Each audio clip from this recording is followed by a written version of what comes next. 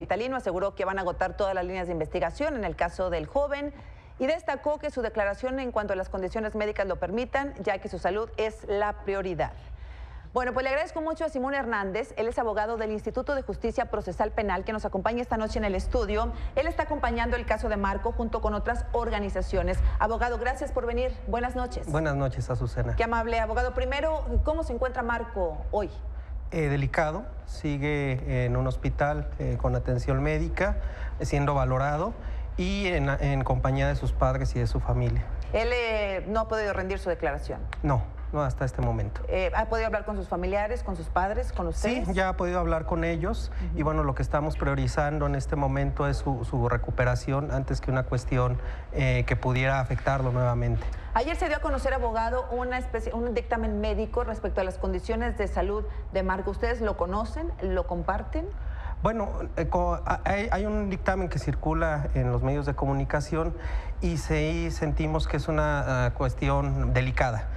Por una parte, porque es un adolescente que tiene que ser como víctima del delito resguardado en cuanto a sus derechos, a su identidad. Es información sensible que forma parte de una carpeta de investigación y nos parece lamentable que la Procuraduría, que es la que tiene el resguardo de esta investigación, pues permite este tipo de filtraciones. Independientemente de lo que diga el dictamen, es una violación a los derechos de esta persona, además por ser un menor de edad. Sí, desde luego, ¿verdad? Es un derecho reconocido internacionalmente. ¿Van a poner una demanda contra quien dio a conocer estos dictámenes? Estamos valorando, el día de mañana interpondremos acciones legales para que la Fiscalía evite este tipo de filtraciones. Se han señalado, abogado, varias omisiones o errores en el caso de Marco Antonio Sánchez, que toma además muchísima relevancia porque se puede repetir en muchas ciudades, en muchos estados de la República, como ya veíamos el caso de Nuevo León o el caso de Coahuila, por lo que es muy importante que los ciudadanos conozcamos los protocolos que hay que seguir en caso de una detención. ¿Cuáles son las omisiones o los errores que ha detectado usted en el caso de Marco? Bueno, creemos que hay una serie de errores y de violaciones a derechos humanos que implican la responsabilidad de distintas autoridades y que no solo es un tema de protocolos, tenemos que ver el caso en contexto. México tiene una grave crisis en materia de desaparición forzada y tenemos que reconocer esta situación. El hecho de que haya una detención sin aparente causa legal, es decir, que no estuviera cometiendo un delito, o si lo estuviera cometiendo, que la persona que supuestamente pidió auxilio a los policías simplemente desapareciera y a pesar de esto él fuera arrestado, esposado y subido a una patrulla, pues es bastante irregular. Es decir, para que no hubiera una situación ilegal ahí, tendría que haberlo encontrado infraganti, cometiendo el delito. Desde luego. Y si no estaba la persona que supuestamente lo acusaba, como es la versión oficial, él tenía que haber sido, ni siquiera haber sido detenido. Esto es una detención arbitraria. Así es. Después nos dice también, al momento de que lo suben a una patrulla, lo esposan y lo llevan, pues tendrían que dar parte a una autoridad superior para informar que llevan un detenido. Desde luego, ya se encuentra en custodia de las autoridades de seguridad pública y ellos tienen que informar al Ministerio Público. El Ministerio Público tiene que hacer un registro de que hay una detención de una persona y esto tiene que tener un componente también público, justamente para evitar situaciones de detención arbitraria, tortura y algunas otras que han sido cuestionadas severamente a México en instancias internacionales. Y posteriormente, cuando el Ministerio Público tiene la custodia de las personas, pues tampoco puede dejarlos ir sin definir su situación jurídica. Y menos siendo un menor, supongo. Desde luego. El hecho de que cuando la mamá y el papá acuden a la agencia 40 del Ministerio Público y les dice en la agencia que ya se comunicaron con el comandante y que el comandante refiere que lo dejaron en la calle, pues es una situación muy grave. Y además que en ese momento se vulneraran los protocolos en materia de desaparición, particularmente lo que tiene que ver con niñas, niños y adolescentes. Recordemos que ya hay una ley general de desaparición forzada vigente a partir de este año y tiene que iniciarse la averiguación de manera inmediata. Y también hay que destacar que durante esos días la Fiscalía Antisecuestros, en el acuerdo inicial, consideró este caso como un extravío de una persona. No consideró que había la posible participación de agentes de seguridad y que por lo tanto eso implicaba protocolos y obligaciones adicionales. Es decir, en el momento que se llevan a Marco en la patrulla y ya no saben de él, los amigos, la familia van ante el Ministerio Público a preguntar dónde estaba y en ese momento no se abrió ninguna investigación. No, se les negó el derecho y se argumentó que tenían que transcurrir 48 horas. Y esto es una situación en la que incluso México ha sido sentenciado en instancias internacionales.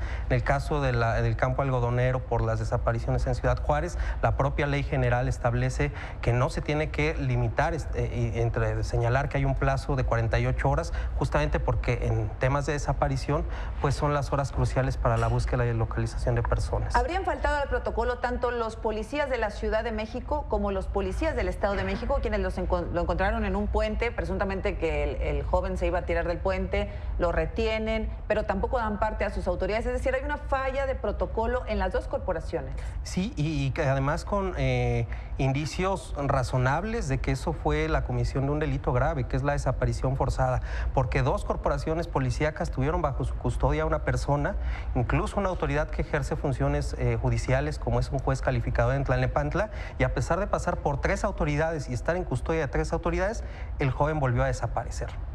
¿Qué va a suceder en el caso, abogado? Por supuesto, esperar a que se recupere. La pregunta es, ¿qué pasó con Marco Antonio desde el martes, día de su desaparición, y luego encontrarlo en estas condiciones el domingo? Sus padres han dicho él no tenía ningún problema médico diagnosticado con anterioridad, no consumía drogas, etcétera, etcétera.